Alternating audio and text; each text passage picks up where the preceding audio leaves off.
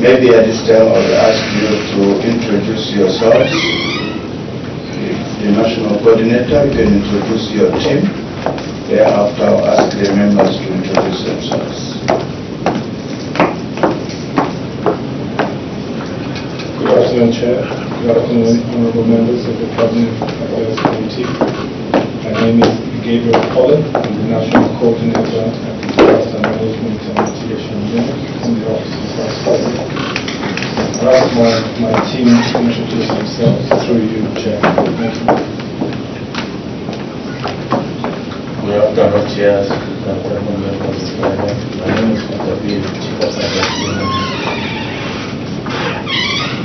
Good afternoon, Chair. Good afternoon, honorable members of the committee. My name is Paul Sapoko, Acting Director for Operations. Good afternoon, Chair, and good afternoon, honorable members of the Cabinet. My name is Titus Nambo. I'm the Acting Director of Disaster Risk Management and TMA. Good afternoon, Chair. Good afternoon, members of the Cabinet. My name is Zon Lewis.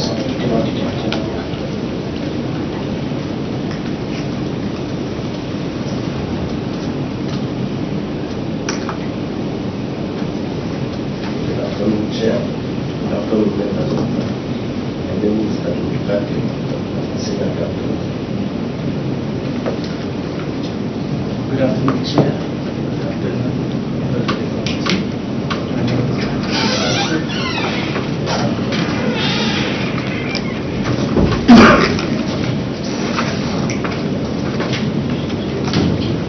Good afternoon, Chair. Good afternoon, honorable members of the committee. My name is Maureen Chadwick Nawa, Principal Planner, Disaster Management and Mitigation Unit. Thank you. Good afternoon, Chair. Good afternoon, honorable members of Parliament. My name is Chimo Sonda. I'm Principal Vice Journalist of Vice Office. Here in this course. Thank you. Thank you very much.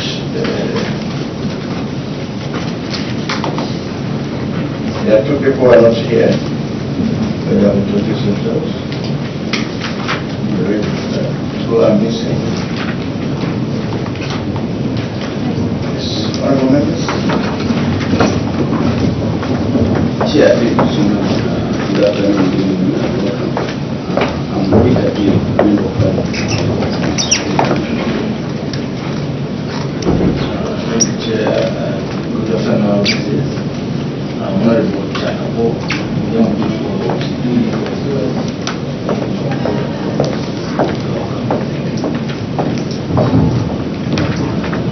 Good afternoon, Chair. Good afternoon. I'm Elias Makasa, member of Parliament for Children in Northern.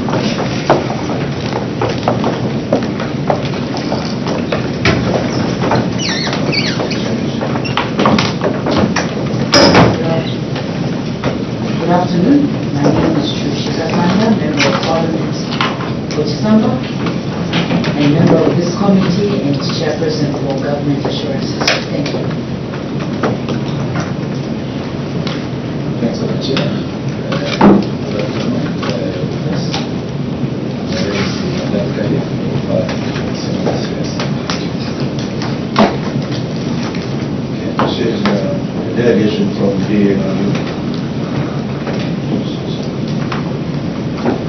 Thank you, Chair. Good afternoon. I'm Rachel, I'm Bongo Secretariat for this committee from the Office of the Clerk.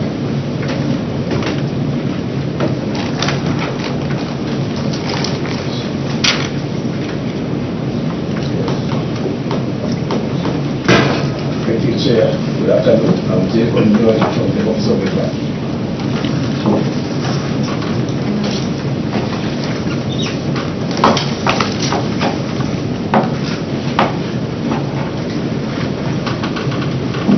Thank you, Chair. Good afternoon. Chicago Friedman from the Parliamentary Budget Office. Thank you, Chair. Sample Freitas from the Parliamentary Budget Office. Good afternoon, Chair. Good afternoon, witness. My name is Francis Mwenga from the Parliamentary Budget Office. Thank you. Good afternoon, witnesses. My name is Chilasha Kashifaya.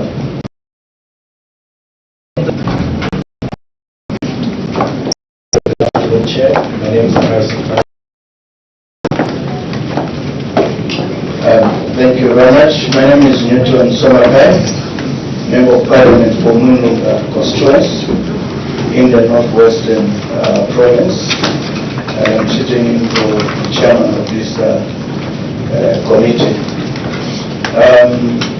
Dear MMU, you have been called to come and help the members of this committee to interrogate the budget that was presented to the main house, and in helping us interrogate this budget, we want to compare you with the immunity under Cape 4 of the laws of Zambia,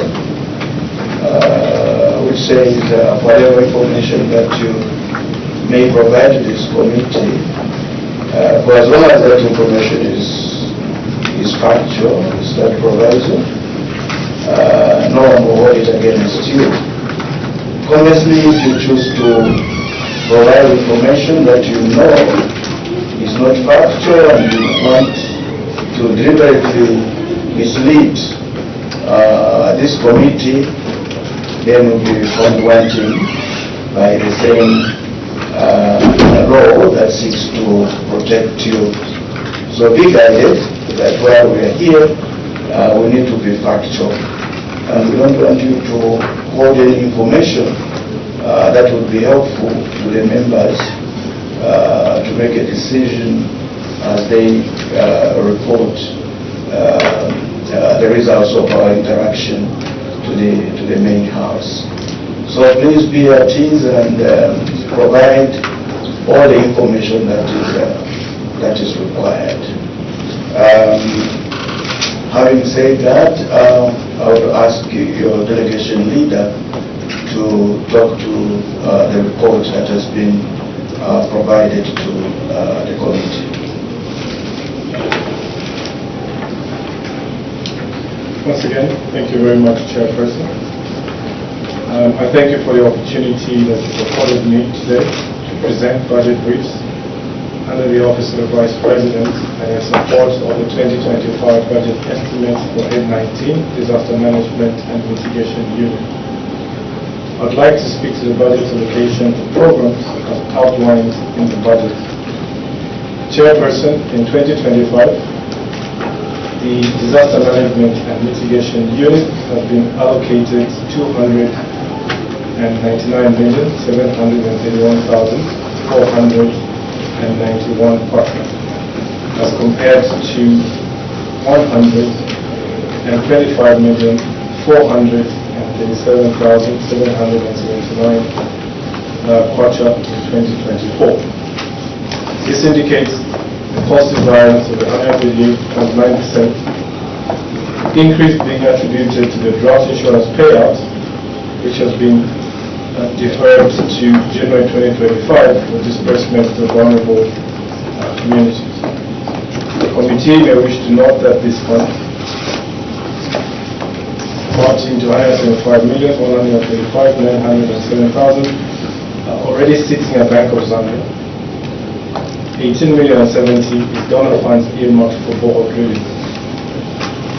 In terms of budget allocation by program, Chairperson, we have the Disaster Risk Management Program, which in 2025 has been allocated 39,136,701 kwacha, a reduction compared to 48,120,810 allocation under 2024 budget, which indicates a negative variance of 18.7%. Disaster and Humanitarian Operations Management is another program under the Disaster Management and Mitigation Unit, and this has been allocated 226,109,900 583,963 kwacha, compared to the allocation of 4,842,325 kwacha allocated in 2024, representing positive variance of 349.6%. The increase in the budgetary allocation is due to the African Risk Capacity Drought Insurance Payout, the Philip Morris International Grant for Border Drilling Projects, and the creation of 2 new budget lines for the district and provincial operations coordination. Management and support services being a program under disaster management mitigation units have also been allocated 14,010,827 kwacha in comparison to 22,474,634 allocated in 2024, representing a negative variance of 37.7%. The reduction is due to the reduced number of activities planned for 2025. Chairperson, in summary, despite the allocation given above, you will note that there are some activities with reduced funding due to being one-off activities, while others have been scaled down as indicated in the expenditure notes. However, it may also be noted that there is a slight increase. Sorry, I think help carry along the members by pointing where you are so that we move with it.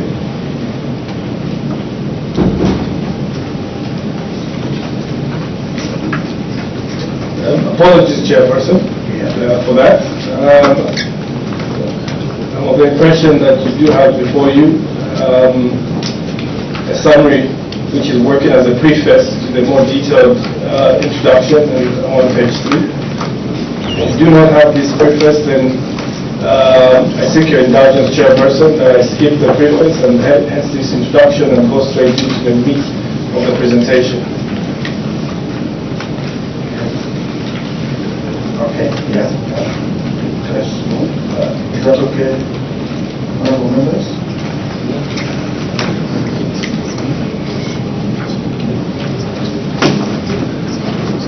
So how many documents do we have?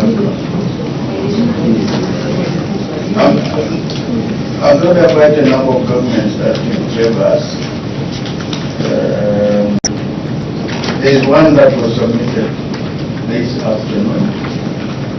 This one, but I think from if I've been following properly, you have been referring to this one. Or maybe it contains the same information. I think so. Yeah.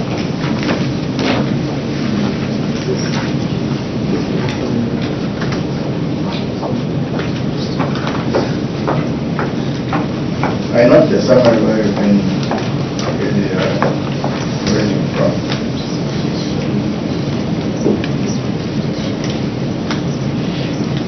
The one we got this afternoon. The one we got this afternoon. This one. Chairperson, allow me to clarify. Maybe she doesn't know. Let's give her a call.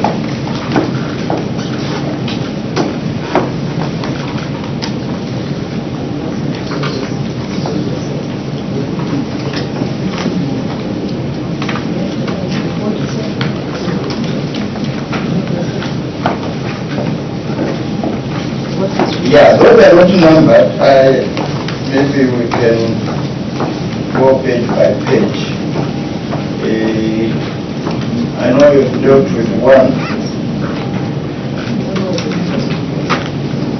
Yeah.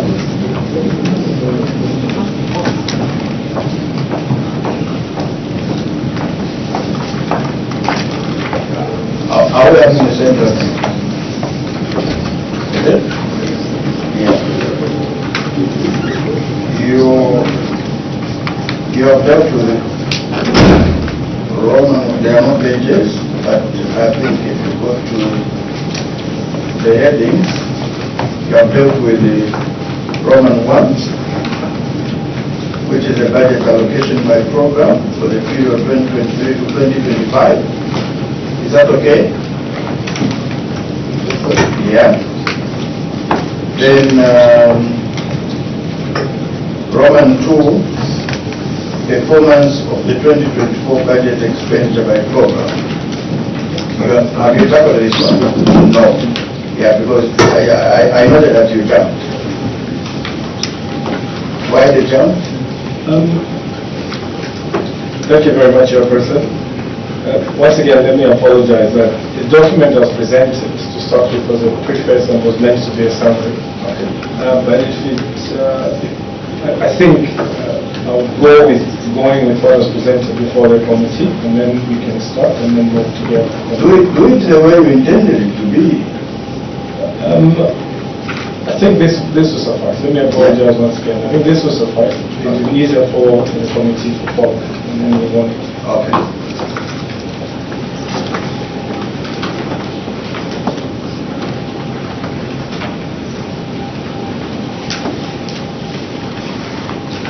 So you can guide us now. Thank you very much once again, Chairperson. So in view of the presentation of the 2025 estimates on revenue and expenditure under Disaster Management and Mitigation Unit, DMMU, Office of the Vice President, the Committee on Cabinet Affairs, Budget Analysis for Head 90, the Disaster Management and Mitigation Unit, wishes to submit a memorandum detailing the following. Roman numeral number 1, budget allocations for the period 2023 to 2025. Number 2, budget performance of the 2024 budget and reasons for the variance. 3, adequacy of the 2025 budget allocation in meeting the set targets. 4, how the 2025 budget allocation aligns with local and international commitments. 5, constraints faced in executing the budget and measures put in place to address these constraints. 6, proposed variations to the estimates within the head, along with reasons.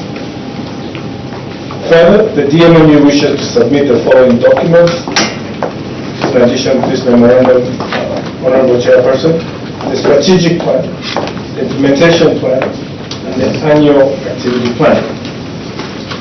On page 3, Honorable Chair, we do have the budget allocation by program for the period 2023-2025. In the column headed program, Chairperson, you will see that we start with disaster risk management, followed by disaster and humanitarian operations management, and we have management and support services.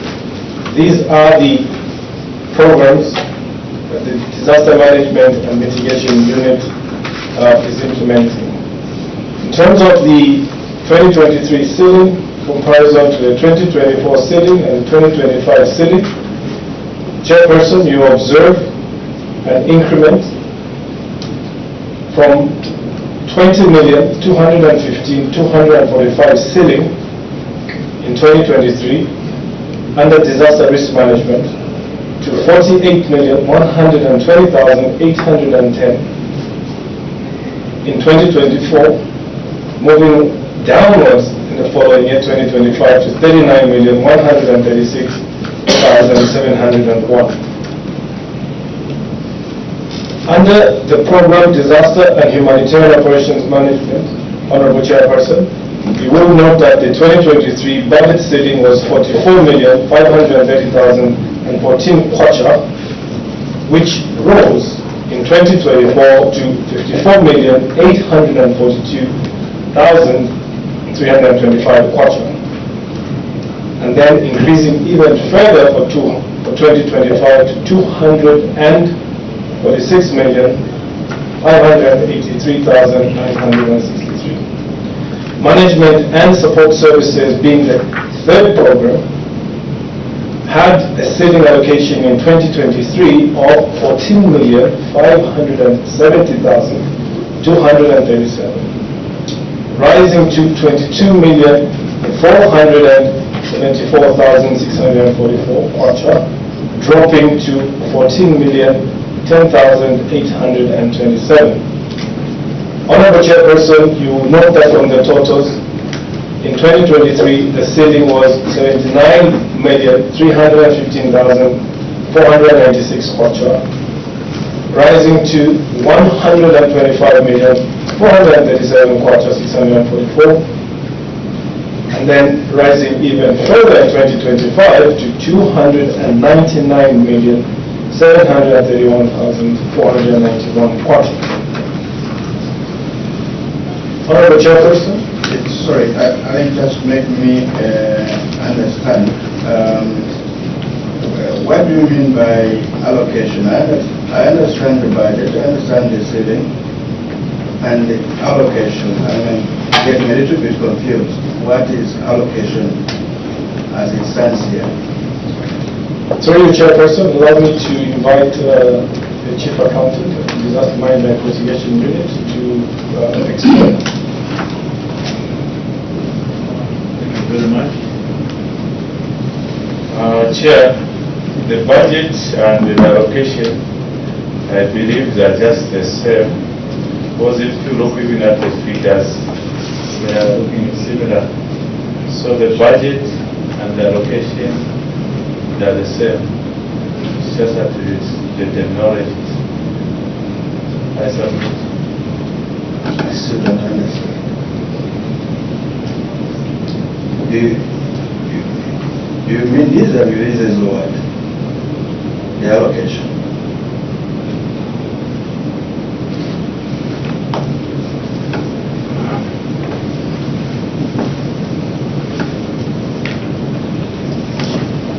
You have the budget, you have the ceiling. What is this allocation trying to communicate? Because I believe the ceiling is behind the curtains. Okay? So we must have the budget, what was allocated or released, and then the difference or variance.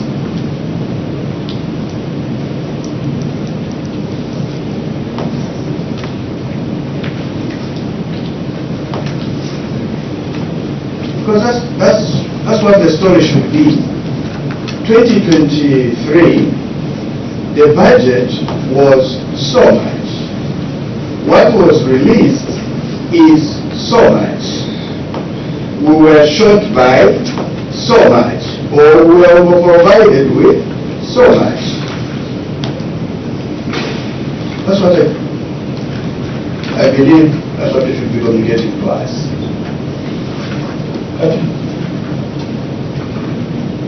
Thank you, Chair.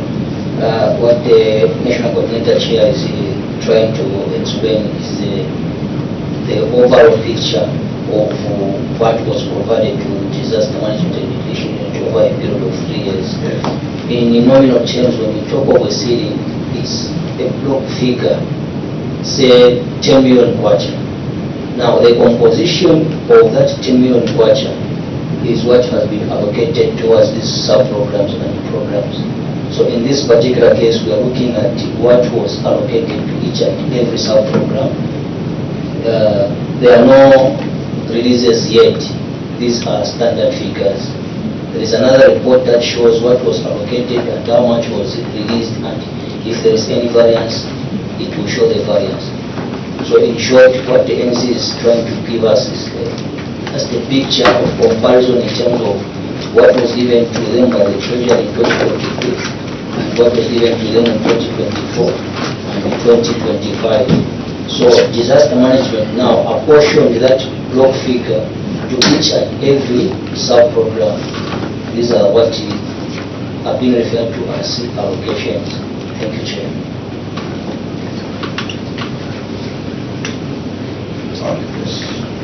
Are we okay? Are we okay? Okay, let's proceed.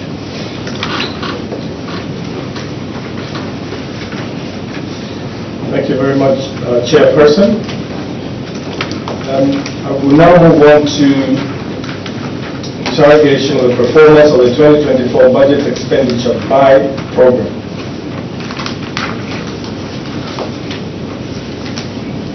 For 2023, 2024, and then 2025.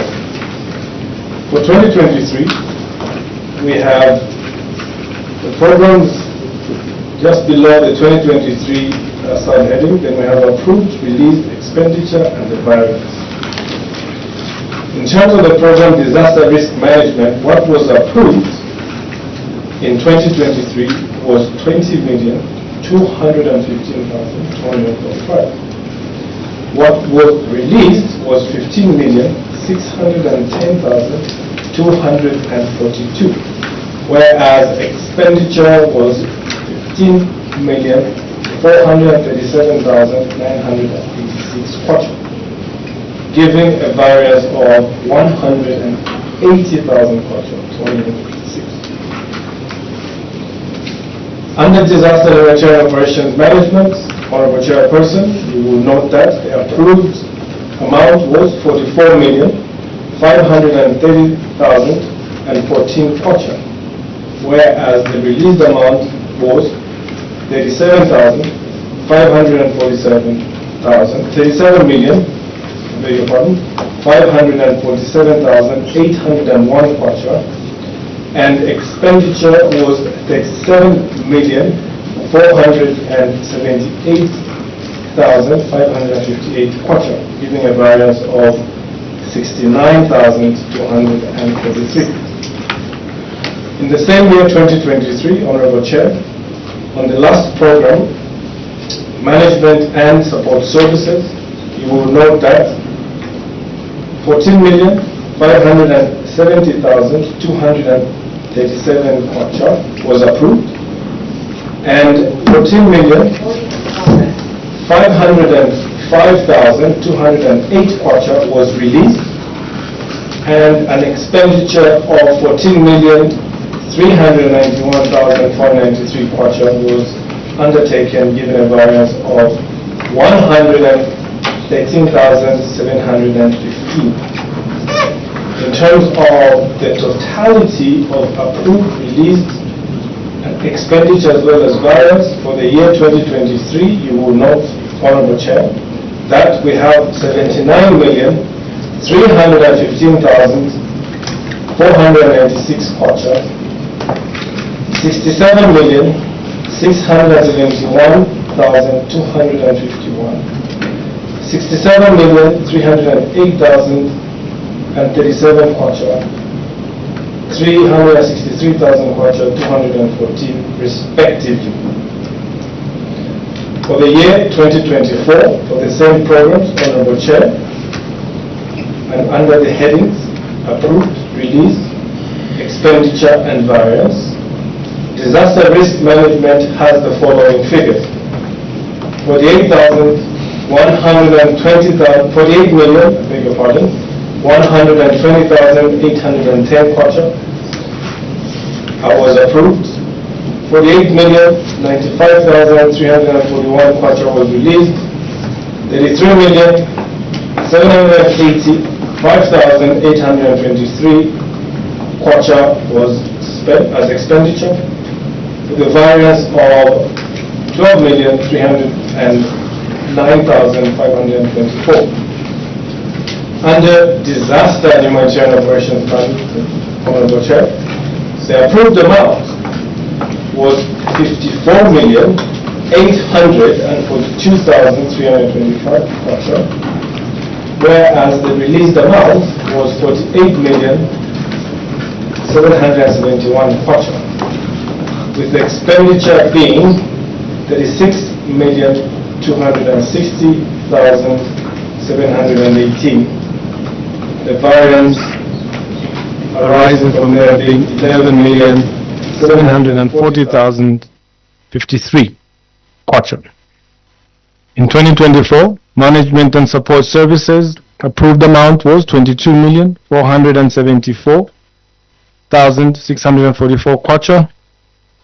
Released amount being 13,750,258 kwacha, whereas expenditure was 10,914,510, with a variance of 2,835,748 kwacha.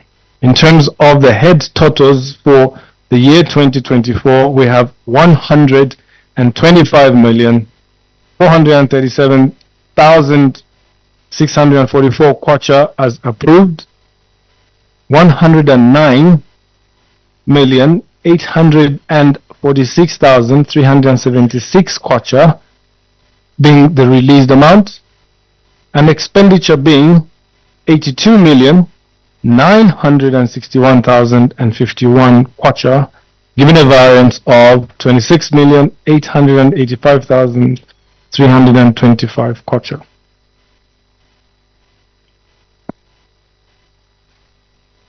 Honorable Chair, for the year 2025,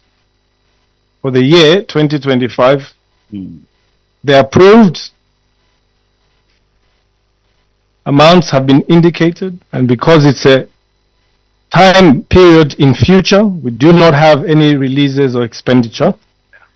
We do have what has been approved for the 2025 budget, and we can observe that for disaster risk management, we have 39,136,701 kwacha. Under disaster and humanitarian operations management, we have 246,583,963, whereas management and support services has 14,010,827 kwacha. In terms of the head total for the year 2025, Honorable Chair, you will appreciate a figure of 299,731,491 kwacha. I will now proceed, Honorable Chair, with your indulgence to explain the variances that we observe and we have noted. For the first one, with the footnote 1, the variance between release and expenditure under disaster risk management is as a result of unspent funds earmarked for the purchase of motor vehicles and office equipment for the district offices. And in particular, we're talking about laptops. Procurement processes for these assets have been initiated. This is for the year 2024, Honorable Chair. Okay. Point number 2, as indicated in the notes in the table, the variance between release and expenditure under disaster and humanitarian operations management is as a result of unspent funds earmarked for the purchase of motor vehicles and for the construction of 2 warehouses at DMMU headquarters in Lusaka and in Choma district. Construction works for the warehouse at DMMU head office are in progress, while procurement of construction services is in progress for the Choma warehouse. For the third explanatory note, Honorable Chair, the variance between releases and expenditure under management and support services is as a result of unspent funds meant for various support activities such as monitoring and evaluation and capacity building of district officers. Honorable Chair, with your indulgence, I will now move on to interrogate the table on expenditure by economic classification in accordance with the highlighted years 2023, 2024, and 2025. Honorable Chair, in terms of expenditure by economic classification, the following classifications apply: personal emoluments, goods and services, and finally assets. And we see that the column headings are in respect of approved funds, released funds, actual expenditure, and variance. For the year 2024, we have some notes which we'll explain as we proceed. Yeah, just a moment. Let me ask my colleagues. Instead of him going figure by figure, line by line, why don't we just go to the head totals, because we can see these figures. Yeah, so I think you can just go to the total. For instance, approved 2023 head total 79,315,496. We know it's the summation of these figures, and I think we can move faster that way. Is that okay, colleagues? Okay. Thank you for your guidance, Honorable Chair. For 2023, in terms of the head totals, we have 79,315,496 as approved. Released is 67,671,251. Actual expenditure is 67,308,036, given a variance of 363,214. For 2024, the head total for approved is 125,437,779, and released is 109,846,376. And finally, actual expenditure is 82,961,051, given a variance of 688,5,325. For 2025 head total, we only have the approved amounts, since releases and expenditures are yet to come in future. We have 299,731,491.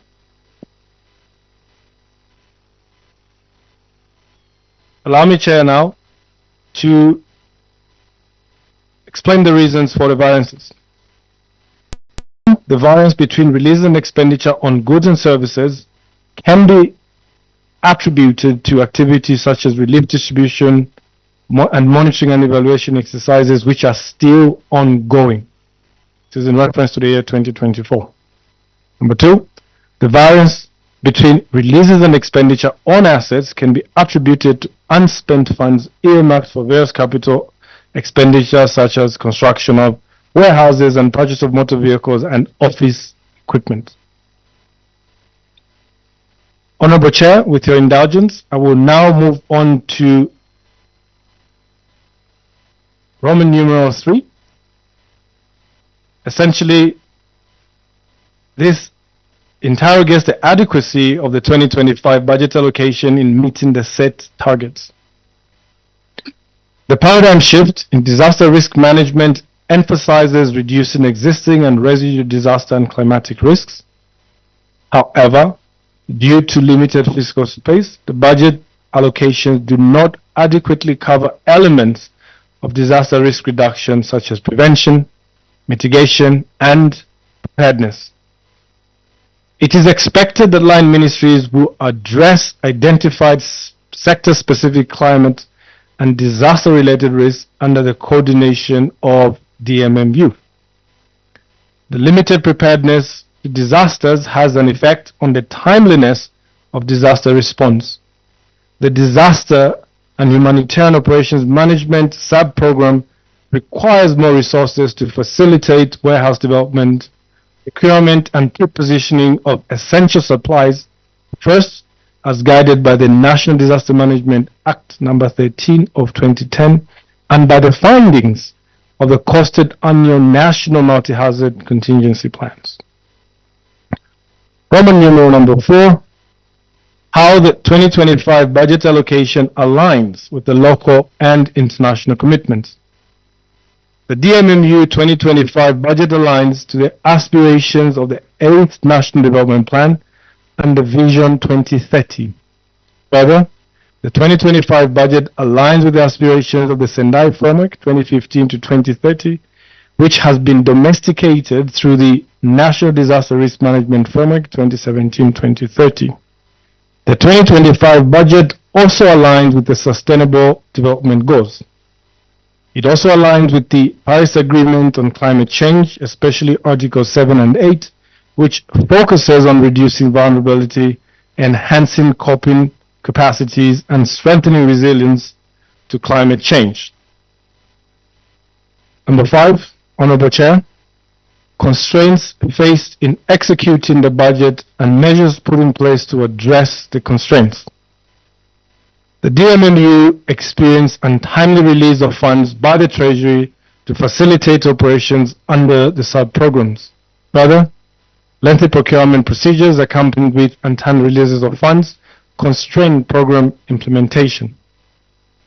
To address the constraints, DMMU has been obtaining waivers from the Zambia Public Procurement Authority to expedite procurements. The DMMU has also relied on donors for some essential supplies for emergency response. Number 6, proposed variations to the estimates within heads and reasons for the proposed variations.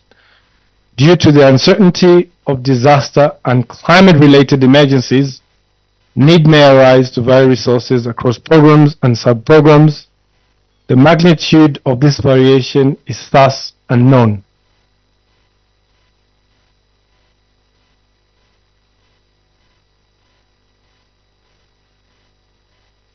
Honorable Chair, allow me to proceed to interrogate output indicators by program for Head 19 Disaster Management and Mitigation Unit. With the sub-program Disaster Risk Management, the program outputs are as outlined. First, we have enhanced national multi-hazard early warning system in place. For each of the years, 2023, 2024, we have a comparison between target and actual. Under enhanced national multi-hazard early warning system in place, 1, number of enhanced multi-hazard early warning systems in place. 1,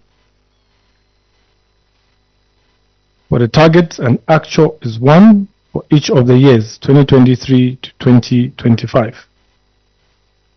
Number 2, number of early warning systems integrated into national multi-hazard early warning system. We have 2 for each of the years, 2023 to 2025.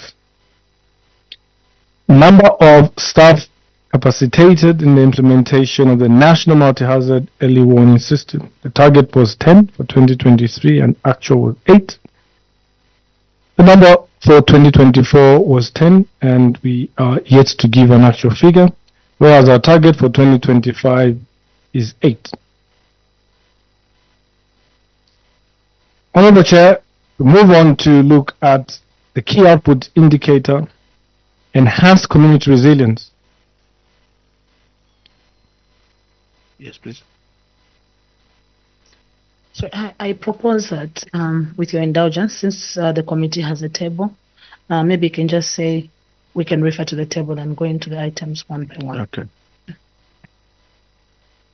Okay. Okay. Basically, what she's saying is that we go to output indicators by program head 19. So maybe give us a minute or so to look at the figures, and then we just observe 1 minute is gone, then we can go to the next page, like that. Yeah. Otherwise, we'll pick the figures, but if you go line by line, we'll be here until midnight.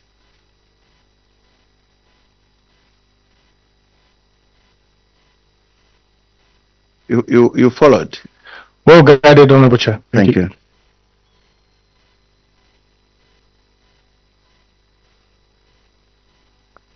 So, members, where you are not clear, you just note the issues.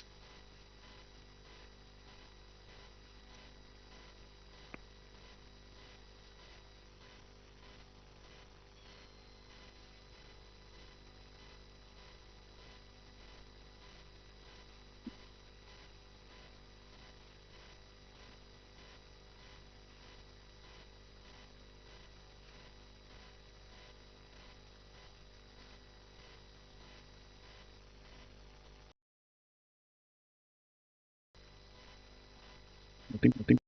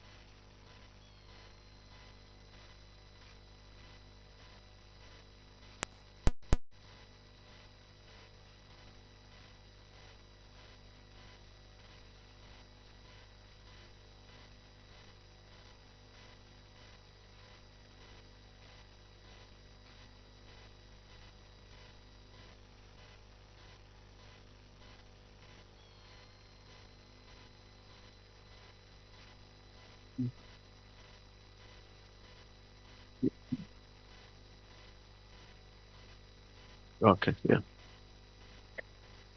Yeah, I'm waiting for you because it's your chance now. You are leading us. Thank you very much, Honorable Chair.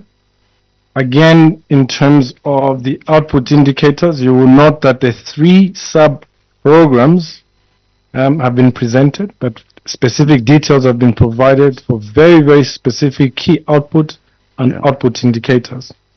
So we have under disaster risk management on output indicators by program.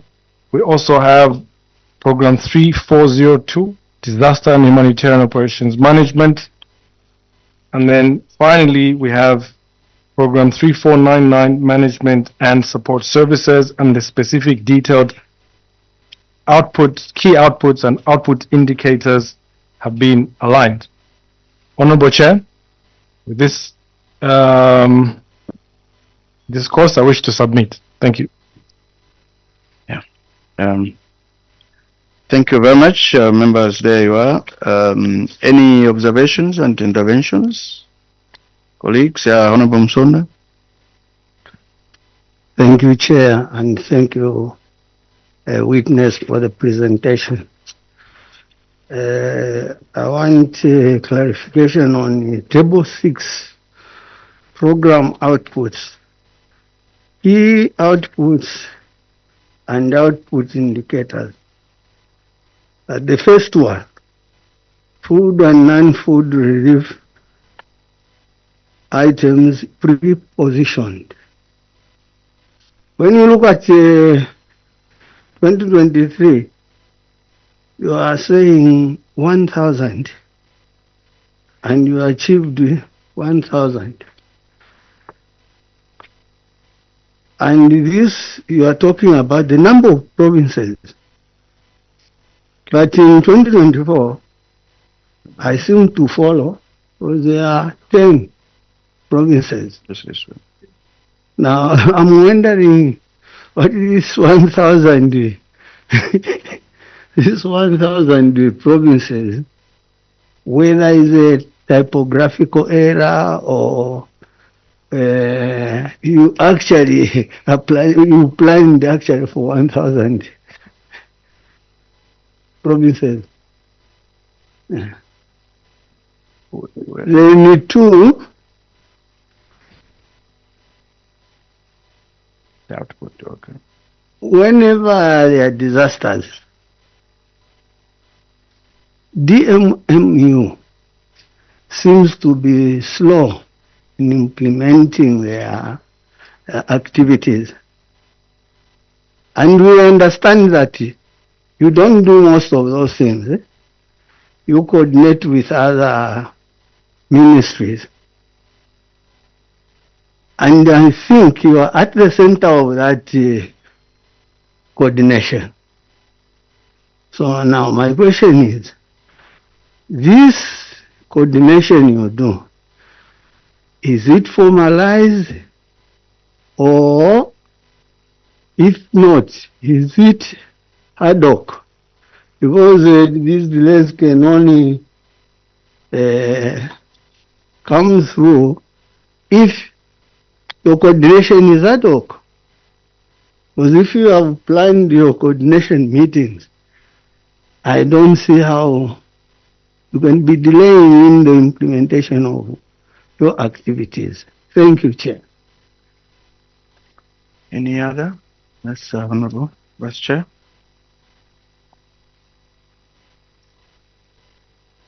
You can switch off the mic.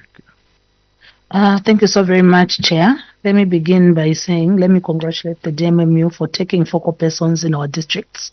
At least now we have a DMMU focal person when you go in a district that you can just actually easily contact just to get information and what is happening on the ground.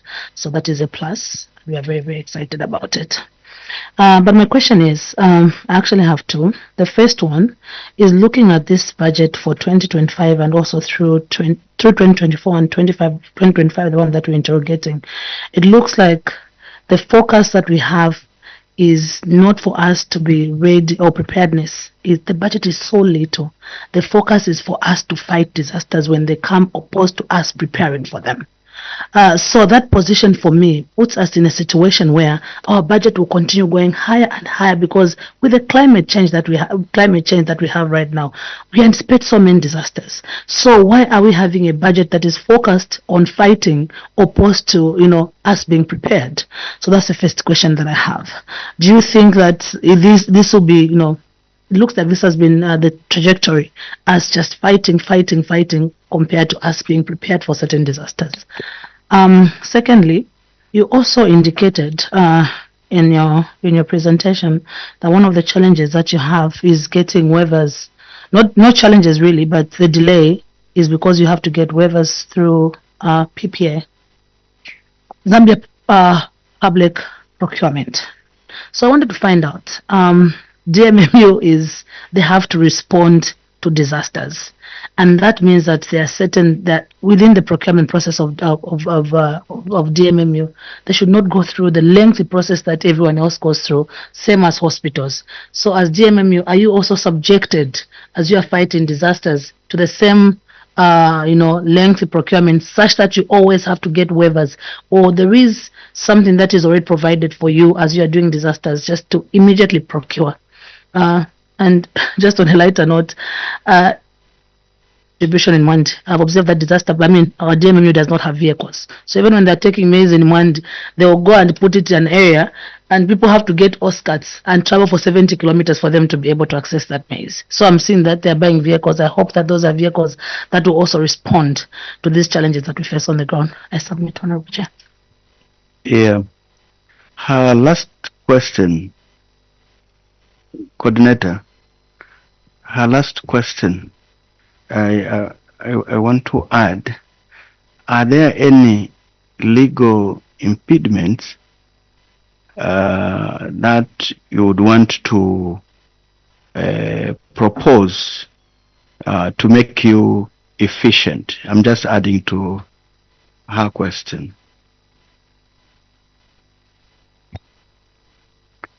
So far 3 questions. I think you can respond to those 3.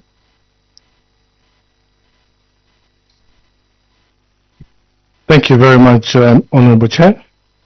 In responding to the first question about DMMU being the center of coordination, and whether our coordination results from a formalized, regularized system, or whether it's ad hoc in nature, I would argue that it's a combination of both.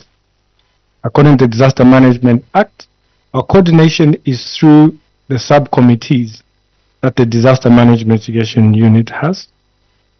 The highest decision body for Disaster Management Mitigation Unit is the National Disaster Management Council, which sits on a regular basis, but also on an ad hoc basis, depending upon the scale or threat that we face. Below the National Disaster Management Committee, which are actually structures that are embedded within the Disaster Management and Mitigation Unit operations and spelled out in the Disaster Management Act, we have the National Disaster Management Technical Committee. So this sits also. And then there's an innovation also, what is called the National Disaster Management Consultative Forum, which brings corporate and partners on board as well. And then we have clusters, which helps with the coordination of a range of activities.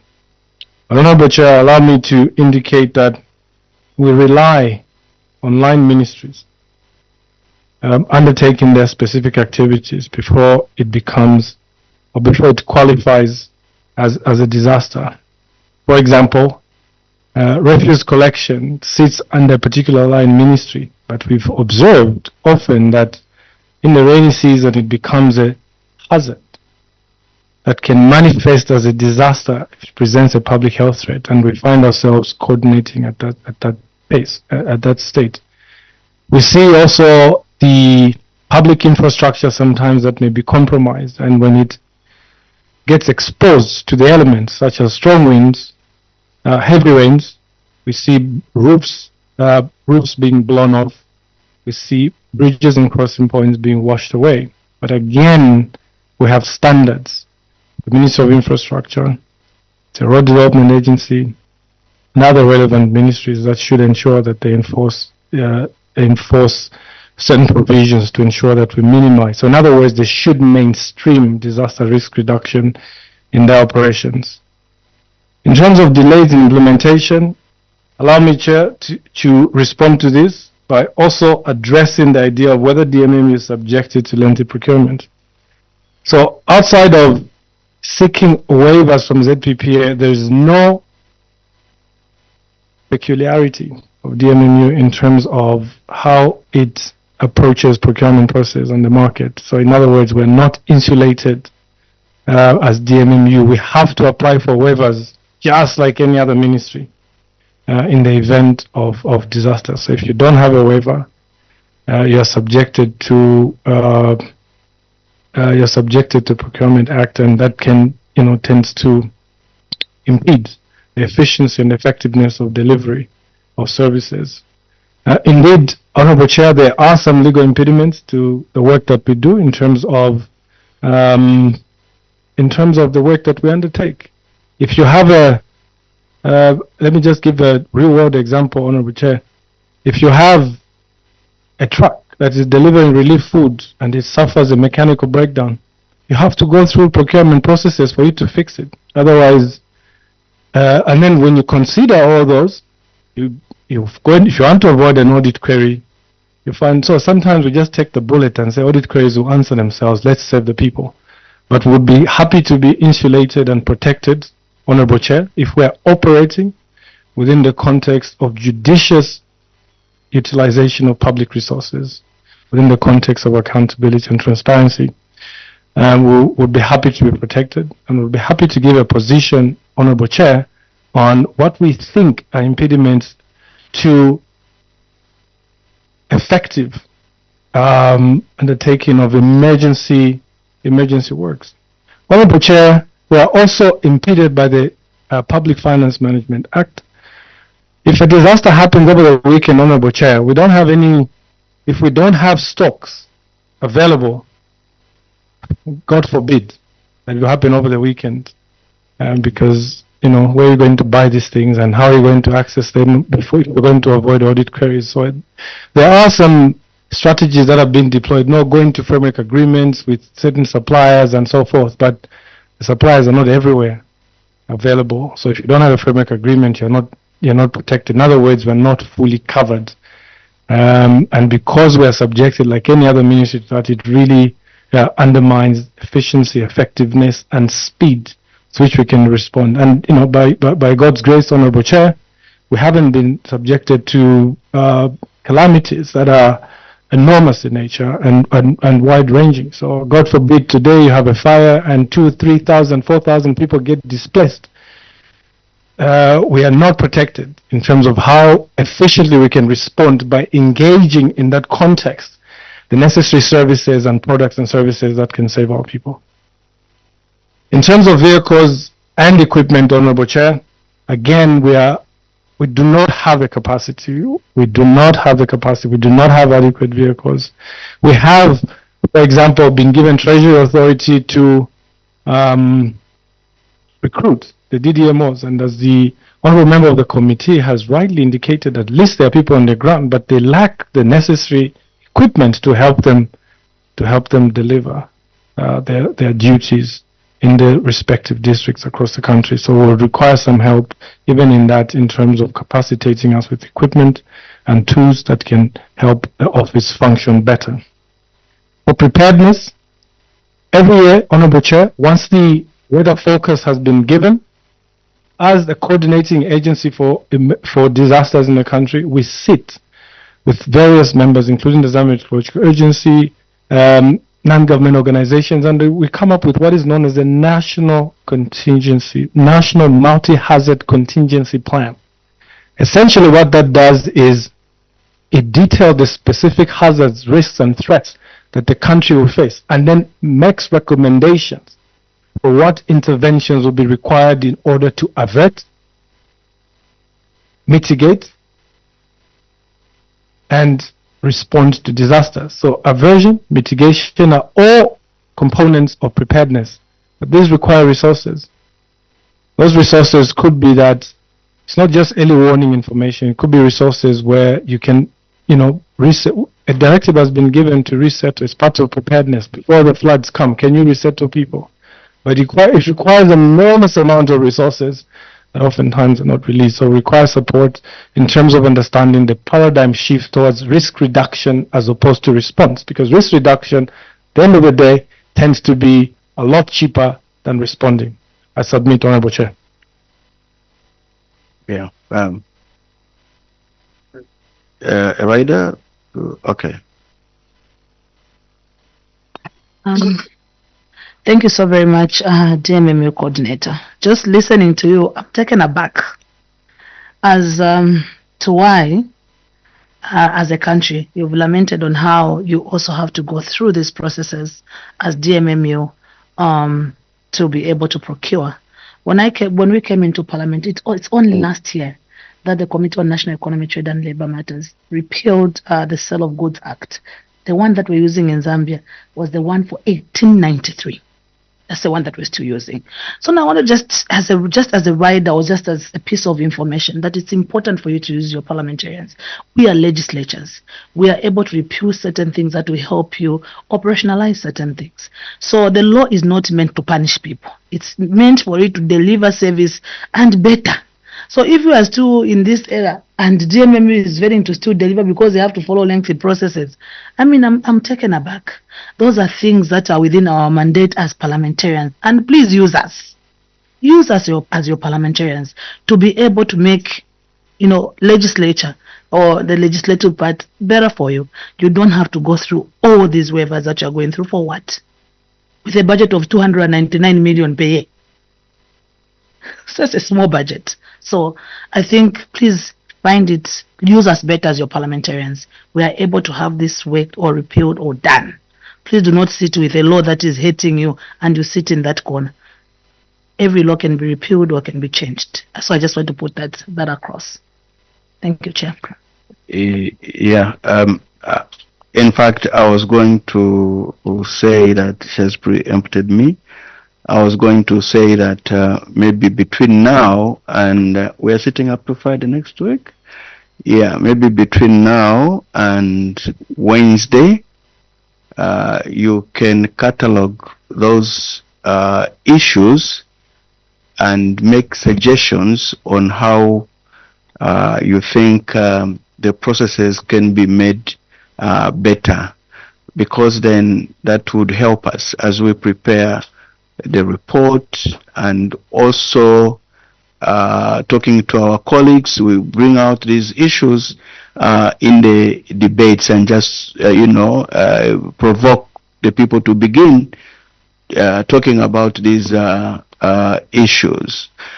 That's the beginning of making reforms to some of the processes, especially regarding an institution like yours, which deals with disasters. Right now, as we speak, 2 days ago in my constituency, in Kansas area, it rained so heavily, and a stream is actually full of ice. Yeah. Yes, ice. And as we eat cassava, so the women collect the tubers in the fields and they bring them at the bank of the stream and put them there to ferment. Now, when the river got frozen, so even the tubers cannot be found. Yeah, so that's a disaster. So if you want to help those people and then you have to follow these processes, it becomes a problem. Yeah. I think you have a question. Thank you very much.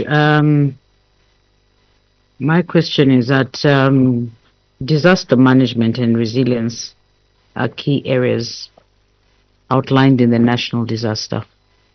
And the management policy are also linked to national development priorities.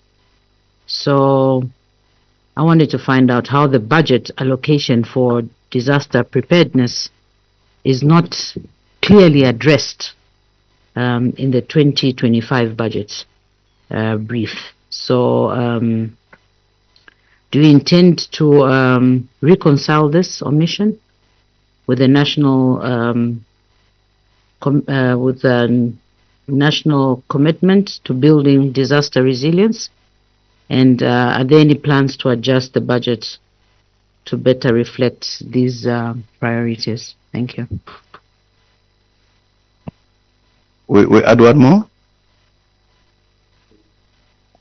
That's exactly the question that I had, because I had noted that in their submission, they are saying the budget allocation do not adequately cover elements of disaster risk reduction, such as prevention and mitigation and preparedness. But if you don't have that allocation, this preparedness, how do you operate without the money? Surely. So I don't know how you want us to help ensuring that this information reaches the minister, so that he can look finance, so that he can look at it and see how best this can be done or addressed. Thank you. Yeah, I think even this morning we were discussing this issue with the people that came from cabinet, the Economic Advisory Council. We were discussing this issue, and one of the observations they were making is that we make very good plans, but the problem is implementation. I think here is one problem, because the things we are talking about here on, I think we're under Roman 3, where you have bemoaned that we don't provide resources for prevention, mitigation, and preparedness. I believe these things are in our national development plan, but we are not providing resources so that our plan can be implemented. So these are the challenges that we really have to look at. And exactly, I think that's the question that has been put forward to you. Maybe you can answer that particular one before we move to others. Thank you very much, Honorable Chair. In answering that question, allow me also to clarify that the 299 million budget for 2025 includes a component of north of 175 million, which is from the African Risk Capacity Insurance payout. So in other words, funds directly from Treasury are very, very minimal. So every year, the tradition is to fund DMMU an amount that will begin programs, and then to argue that because disasters cannot be fully predicted, funds will be released as and when disasters occur. But again, you can see, Honorable Chair, that with that kind of approach, then it means you're putting resources only when disasters actually happen. We also observe from experience, Honorable Chair, that resources for resilience building are very closely connected to recovery. And oftentimes, even after we've responded, you find resources for recovery inadequate. So households or communities that have been inundated by a devastation due to disasters require support in recovery, their livelihoods, infrastructure, and whatever that may be. And we see that fundamentally resources are only released during an actual disaster, as opposed to its prevention, as opposed to preparedness, and therefore really require support to ensure that resources can be released timelessly. Once the national contingency plan has been prepared and details have been provided in terms of the mitigatory interventions, which really underpin preparedness for the country, it will really be imperative to ensure that resources are released at that time, because that would help. That would help. So I think the conversation really should come down to the disaster management mitigation unit engaging Treasury and ensuring that the funding paradigm, the mechanisms for release of resources towards disasters are streamlined to place a premium on disaster risk reduction interventions, which really focus on preparedness, prevention, and mitigation as opposed to response. Response is very expensive. Response usually is very expensive. And the literature actually indicates, Honorable Chair, with your indulgence, that for every dollar that you spend on prevention, you actually save $15. So you can see the ratio of 1 to 15, that it will be in our country's best interest in the short, medium to long term to allocate resources towards preventive activities that fall under the umbrella of risk reduction. I submit. Okay. Any other colleagues? Maybe we can go to output indicators by program.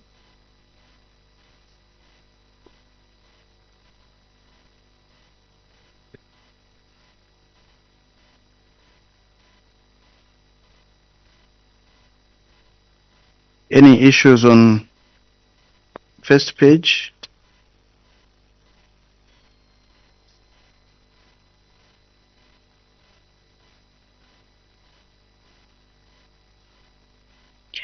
Yeah, I note that, and the number of early warning systems integrated into national multi-hazard early warning system, and the number of staff capacitated in the implementation of the multi-hazard early warning systems, you haven't indicated any actuals in 2024. I tend to think that at least if there is anything that has been done up to at least June, you should have indicated other than just leaving it blank.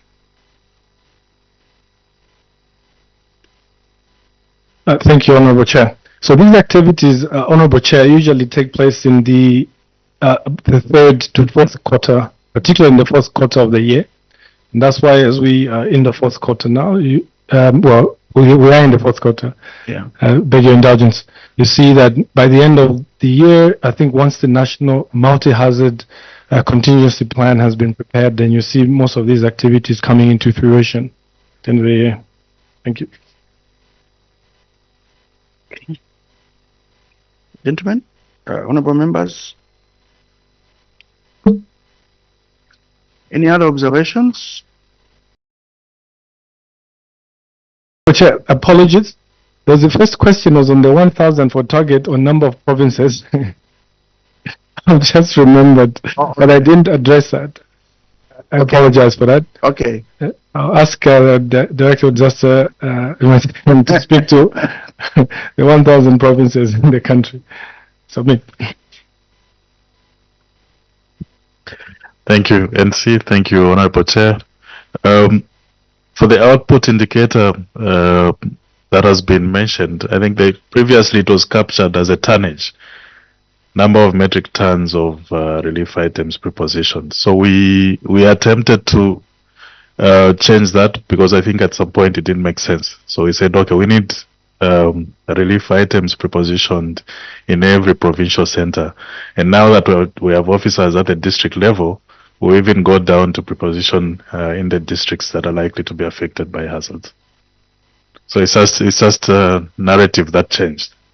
Okay. So the system, I think, doesn't allow for changes to the numbers, but it changes the narrative. Okay. Yes.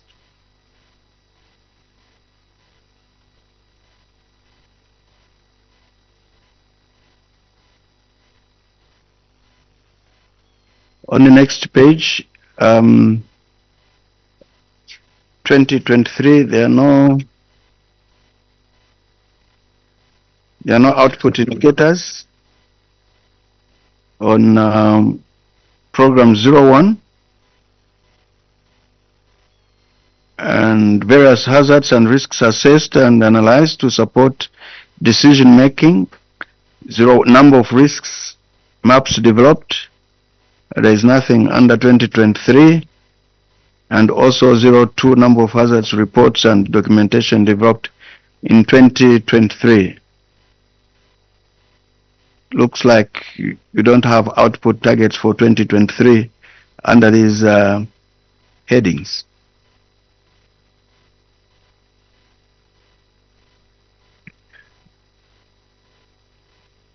Thank you, Honorable Chair. So these are the included output indicators. So as in 2023, they were not unpacked to that level of detail, and that's why you won't see those there. Thank you. Okay.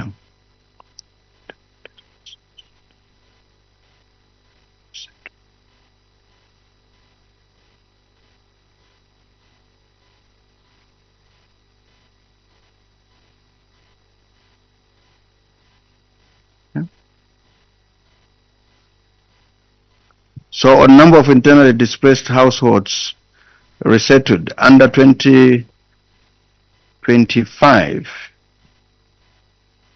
the number will be reduced to 100. I can see you had 250 in 2023 and 300 under 2024. Now we're at 100.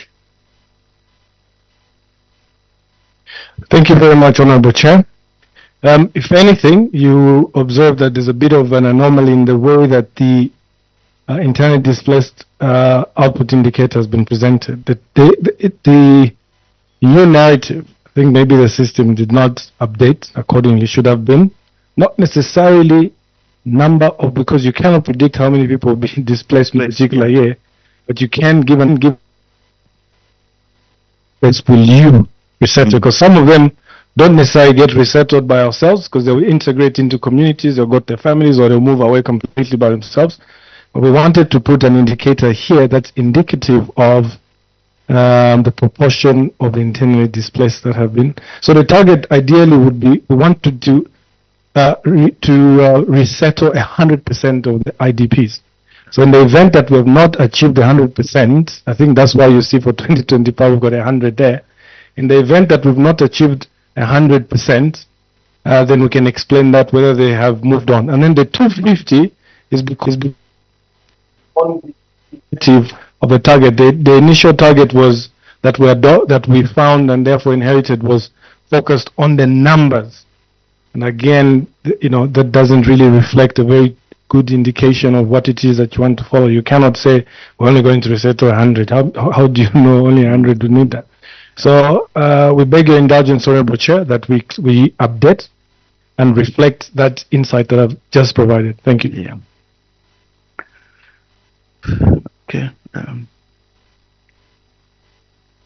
Maybe under program 3402, you can talk to this narration.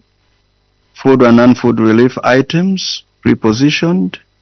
01, number of provinces with food and non-food items prepositioned. You have 1,000, 1,000, 1,000, and then 10. Explain to us what this is, what it means.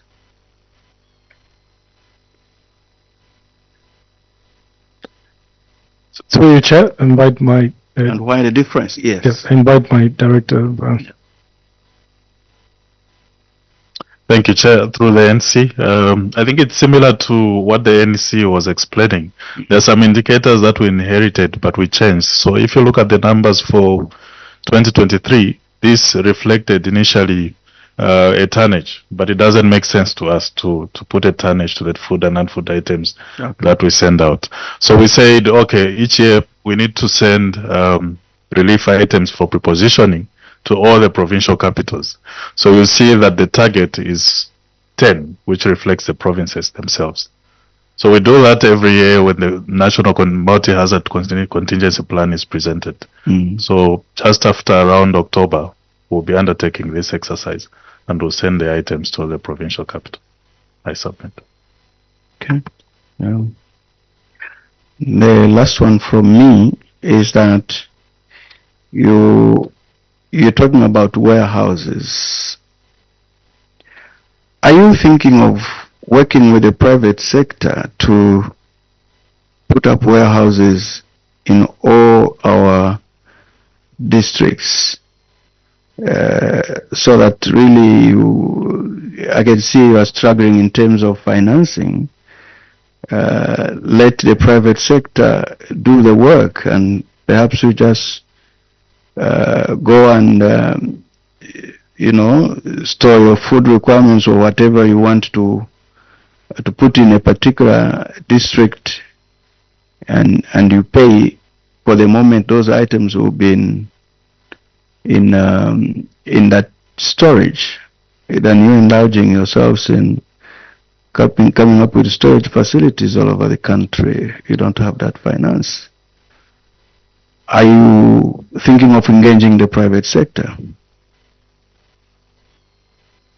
Thank you very much for that, Honorable Chair. Indeed, as you rightly indicated, we are already engaged in the private sector in terms of rental space. In terms of rental space for warehousing services. For example, our Lusaka regional office was using a private rented space, but we found that there was a substantial amount that was bequeathed upon us as a result of accumulated arrears over the years. So we're now only just trying to dismantle that. So indeed, it is correct to indicate that private sector must be engaged, but at the same time, this must be within the context of aligning our resources to what the possibilities are. But allow me also to bring to the attention of this honorable committee that the comprehensive drought response plan that was formulated this year indicates a warehousing component that will be spearheaded by the Ministry of Agriculture through the Food Reserve Agency. So there are indications that the government, for national food security reasons, to ensure that government has adequate storage infrastructure in place, and also owing to the ambitious target that the government has put in place in terms of increasing our national food production, in particular maize, up to 10 million metric tons. So there will be need for more warehousing facilities that will be put in place. I submit. Any other colleagues, honorable members? Thank you very much for the interaction that we've had this afternoon. We seem to have come to the end of our interaction, and at this point, may I, in inverted commas, address you of the immunity that was given to you at the beginning of our discussion. Thank you very much for making an appearance. If you have last remarks to make, please do. Thank you once again, Honorable Chair, for this, and utmost gratitude being extended at this juncture to the Committee on Cabinet Affairs, and also the support that has been indicated here in terms of making sure that the institution runs a bit more efficiently. We will, by Wednesday, Honorable Chair, submit a catalogue of recommendations and suggestions in terms of how the institution can be made much more useful for purposes of responding timelessly to disasters. I submit. Thank you very much.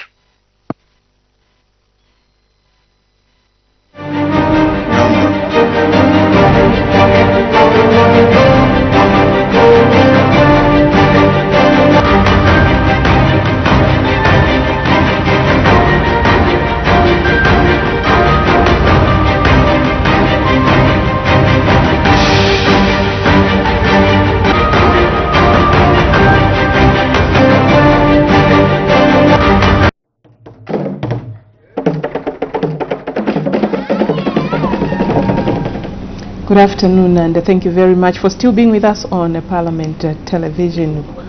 The Parliament is still considering the sector budget analysis for this period, and various committees are sitting to analyze the 2025 budget. And just now we had the coordinator for the disaster